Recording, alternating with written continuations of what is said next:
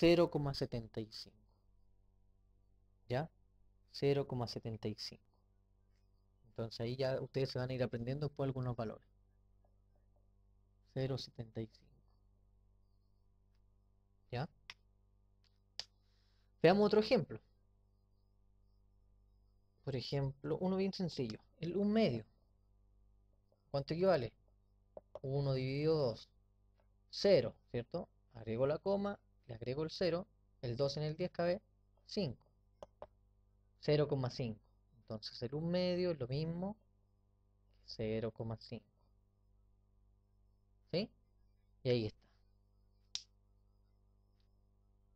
Entonces, tenemos esa parte. Vamos a la siguiente parte. Vamos a ver cómo pasamos de decimal a fracción. Ahora de decimal a fracción.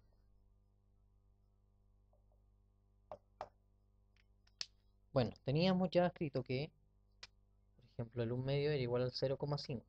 Pero supongamos que yo no sé ese valor y parto ahora del 0,5. ¿Cómo yo lo paso a fracción? Bueno, hay un tema en los números decimales que tiene que ver con el nombre de ellos. ¿Ya? Tiene que ver con el nombre de ellos. Fíjense que voy a hacer yo lo siguiente. Quiero que esto les quede sumamente claro. Esto es muy importante que lo manejen y que lo sepan al derecho y al revés. Cuando yo tengo un número decimal, por ejemplo, acá tengo un primer numerito, otro. Generalmente vamos a usar 4, no más de eso. La parte que está a la izquierda de la coma se llama la parte entera. La parte entera. Por ejemplo, acá tengo 0 enteros. ¿Ya? Y la parte que está hacia allá se llama la parte decimal. ¿Ya? Pero cada uno de esos decimales, de acuerdo a su posición, tiene un nombre. ¿Cómo se van a llamar? Este primero van a ser los décimos. Décimos. El 2, que está en la segunda posición, van a ser los centésimos de 100, décimos de 10. Este va a ser milésimos. Y así, milésimos, 10 milésimos. Y así yo podría continuar. Entonces fíjense, son 0,3 décimos, 0,32 centésimos o 0,323 milésimos. ¿Por qué es importante el nombre? Porque si nosotros lo asociamos con las fracciones, por ejemplo, yo digo 0,5 décimos. Esto se llama 0,5 décimos o en realidad 5 décimos. Ah, fíjense. Entonces, lo que acabo de decir. Dije 0,5 décimos o simplemente 5 décimos. 5 décimos. ¿No les suena eso? 5 décimos. Fíjense lo siguiente. Lean esta fracción. Estoy ocupando 5 de 10. 5 décimos. 5 décimos. Qué interesante esto. 5 décimos. 5 dividido 10. ¿Cuántas veces cabe el 10 en el 5? 0. ¿Cuántas veces cabe el 10 en el 50? 5. Oh, he llegado a lo mismo. 5 décimos. 5 décimos. 5 décimos. Pero eso nosotros habíamos dicho que era un medio. Bueno, 5 décimos. Podemos acá achicar. Es decir, dividir por 5 cada uno de estos numeritos. Eso lo vamos a ver después. No quiero que se compliquen acá. Imaginen que no hemos dicho un medio todavía. 5 décimos. Entonces lo pasé a fracción. Entonces, todo depende de cómo se lea y de la posición que tenga, es el numerito que va a ir abajo. Siempre los decimales, el numerito, para pasarlo a fracción puede ser 10, 100, 1000, etcétera, dependiendo de la posición que tenga. yo dije primero 5 décimos, entonces 5 décimos. Pero ¿qué tal si yo, por ejemplo, tengo ahora 0,32 centésimos de 100? Y si yo digo ahora 0,321 milésimos, lo paso a fracción. ¿Ya? Eso es, eso es pasarlo a fracción.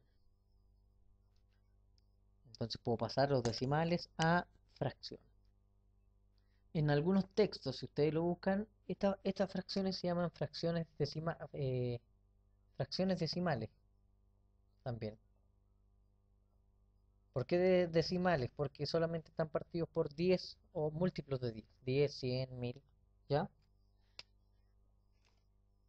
Pero que sí nos sirven, la idea es que ustedes aprendan a leer eso. 5 décimos, 0,3 décimos, 0,32 centésimos, 10, 100, 1000, 10.000 y así va creciendo. ¿Ya? Esa es la idea entonces, muchachos. Entonces, lo que nosotros finalmente vamos a ver es, bueno, vimos todo esto. A ver, hagamos un recuento de todo lo que vimos ahora. Lo que vimos hoy fueron los conjuntos numéricos, ¿cierto? Conjuntos numéricos. Luego vimos los números reales y sus propiedades. 1, 2, propiedades. Luego vimos las fracciones y decimales. O vimos fracciones y sus tipos. Y cuarto vimos los decimales y sus tipos. Y por último vimos pasar de fracción